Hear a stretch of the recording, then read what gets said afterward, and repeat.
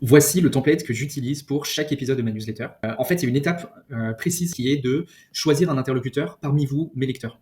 Pourquoi je fais ça? Si tu t'adresses à la masse, en fait, tu t'adresses à personne. Il vaut mieux choisir une personne spécifique dans l'audience et te dire dans ta tête, cet épisode, c'est pour lui, et tu l'écris pour lui, et ensuite tu le diffuses à tout le monde. Et ça, je le fais depuis un moment. Sauf que je me suis un peu menti à moi-même. En fait, je l'oublie parce que il y a Notion, il y a mes call to action, il y a les images rigolotes et tout. J'oublie tout ça. Et du coup, cette fois-ci, j'ai commencé par l'écrire dans Gmail. Ça me sort de l'idée que je suis en train d'écrire une newsletter. En fait, là, je suis en train d'envoyer un mail à Guillaume. L'autre truc que je fais systématiquement avant de vous envoyer un épisode, c'est de le donner à relire à Axel et Merlin.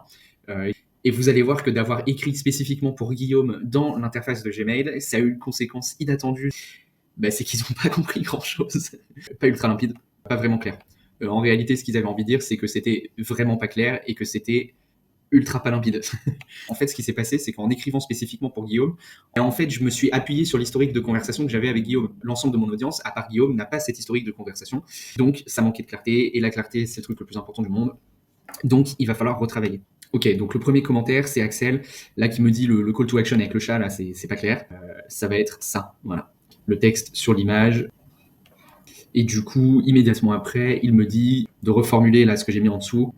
Oui, je vais juste pas utiliser le mot édition, je vais plutôt utiliser le mot épisode. J'aime bien le vocabulaire de la série. En fait, vous êtes un peu en train de suivre mes aventures, mes essais, mes erreurs, mes échecs, etc. Donc, j'aime bien l'idée de épisode.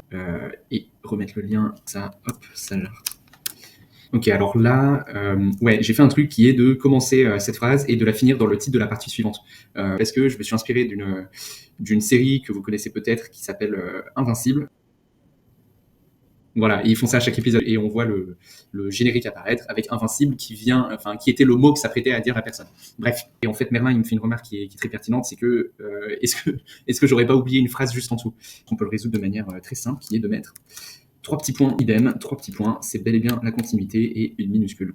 Donc ici, remarque d'Axel, qui est plus ou moins corroborée par Merlin plus loin. On comprend pas le rapport.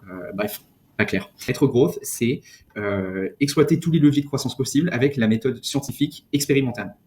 Donc expérience, vraiment, c'est dans la définition. C'est clair pour moi ce qu'est une expérience growth. A priori, c'est clair pour ma cible, c'est-à-dire les head of growth. Je pense que c'est quand même une bonne chose de le rappeler, il n'a pas tort. L'issue de l'expérience n'est pas assurée. Il arrive que ces expériences échoue. Le maître mot ici, recycler. Voilà, et du coup, je peux supprimer ça, qui n'a plus lieu d'être. Alors Merlin, là, il me fait une suggestion qui est pertinente. Donner des exemples. Donc là, exemple, cette newsletter que tu es en train de lire. J'ai créé un funnel de demand generation pour progressivement pousser mon offre de freelance. Ça, c'est un deuxième exemple. Et le troisième, c'est le produit, c'est-à-dire que j'ai quand même construit un produit. Alors aujourd'hui, il est utile à personne. C'est la conclusion de cette newsletter. Et donc là, l'exemple, ce serait... On va simplifier. En fait, je peux prouver ma compétence technique en montrant le produit que j'ai créé, faire des suggestions d'engineering as marketing à mes prospects, engager une conversation avec Phantom Buster. Spoiler, non. Ok, donc là, Merlin, Merlin me taille parce que la phrase est compliquée pour rien. Voici ce que tu peux faire. Et voici ce que tu peux faire si ça arrive. Ok, très bien. What the fuck is an ICE? Romain Saillant l'a fait pour s'affranchir du simple scoring ICE, voilà, je précise. Ensuite, Axel me dit, si je me mets à la place d'un growth, là, les 3 points, il voit pas concrètement ce qu'il peut faire. On va rajouter des exemples. Exemple, tu t'aperçois que pour bien qualifier l'expérience growth, peut-être que ICE est un petit peu trop limitant ou un peu trop incomplet. Voilà. Autre exemple, alors selon moi, un bon moyen de faire du marketing interne, raconter l'histoire de l'expérience qu'on vient de réaliser. Dans beaucoup de boîtes, de plus en plus, on fait des newsletters internes. Voici ce qui s'est passé dans l'entreprise cette semaine. Voilà l'expérience qu'on a faite. Alors oui, ça n'a pas marché pour telle raison. Et là, l'exemple ici, beaucoup de boîtes puis réalisent qu'elles ont beaucoup de mal à recruter. Mon point, c'est qu'il faut commencer à la construire le plus tôt possible. Exemple, comme au-dessus, tout ce qui peut intéresser un growth talentueux. En fait, ça va pas. Les enseignements dont les autres départements peuvent s'inspirer. Et donc, exemple, une section dans la newsletter de l'entreprise, une section dans la newsletter hebdomadaire de l'entreprise. Point. Faisons simple. La suite, ça, hop, ça jarte. Et l'exemple, en fait, c'est, on va faire plus simple, un post LinkedIn. Ok, yes, autre compliment, cette petite punchline de fin de partie. Je suis content qu'il ait aimé, très content. Commentaire suivant. J'ai gardé le commentaire pour y répondre dans la vidéo, comme ça, en plus, ça me permet de faire un peu plus de promotion de ce truc. Les équipes growth, leur but, c'est de faire des expériences de croissance avec la méthode expérimentale. Moi, mon but, c'est d'aider les équipes growth, et il me semble que ce Growth Experiment Manager, j'ai l'impression qu'il peut aider à cadrer le truc, c'est-à-dire à bien suivre la méthode scientifique expérimentale. Et en fait, ça a pour finalité non seulement d'augmenter la vélocité des équipes, parce que quand on passe pas du temps à faire des expériences qui mènent nulle part, mais en fait on va plus vite. Si les seules expériences qui échouent, c'est celles dont on ne pouvait pas prévoir l'issue, et naturellement le taux de succès augmente. Voilà, c'est les deux bénéfices du template que j'ai construit. Et en fait, Merlin, qui pour le coup connaît un petit peu mieux ça, ils sont en train de construire leur équipe growth chez Morpholabs, donc ils voient bien de quoi il s'agit. Et ce qui est trop vaste pour Axel, pour un head of growth, ça va être clair. Voilà. Ok, alors là, Merlin, il me suggère de rappeler une nouvelle fois ce qui s'est passé, me lancer dans une expérience qui était perdue d'avance. C'est ça que je veux éviter à potentiellement d'autres équipes growth. Axel aime mon titre, wouhou. Donc ça, ok, génial, ça me fait très plaisir. D'autant plus qu'il est un petit peu, contrarien. Je pense que certaines personnes peuvent voir ça et se dire que non, que l'habit ne fait pas le moine, que l'adage est valable en toutes circonstances. Alors là, ici, Merlin il me dit, est-ce que l'intuition, ce serait pas du bon sens finalement?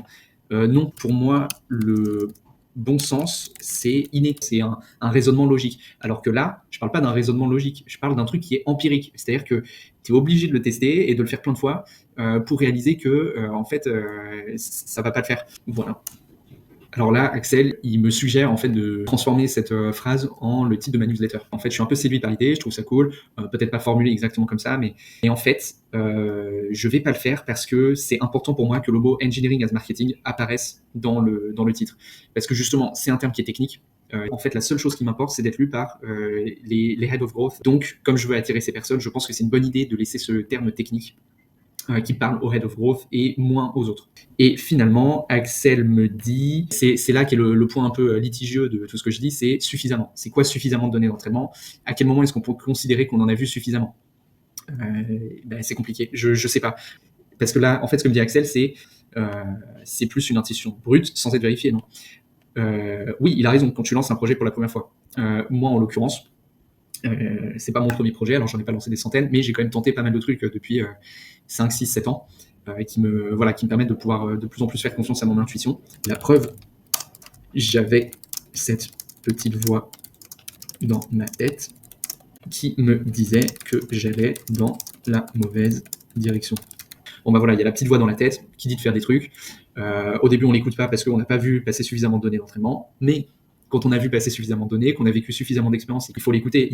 Rationnellement, on ne peut pas justifier de ne pas écouter une petite voix qui a raison 80% du temps. Parce que ça veut dire que statistiquement, si on l'écoute tout le temps, et dans ce cas, on aura eu raison 80% des fois, qui est mieux que de s'en remettre au hasard et d'avoir raison 50% des fois. C'est ça le hasard.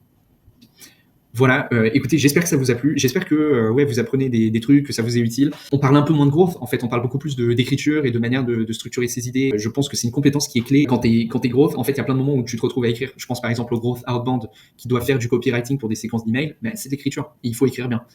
Bref, avant qu'on se quitte, j'ai besoin de deux choses de ta part. La première, c'est que tu partages cet épisode de newsletter. Et la deuxième, c'est que tu me fasses tes retours constructifs sur la vidéo que tu viens de voir. Voilà, tu as peut-être des idées d'amélioration. N'hésite pas, sois honnête, tu seras très bien reçu. À plus.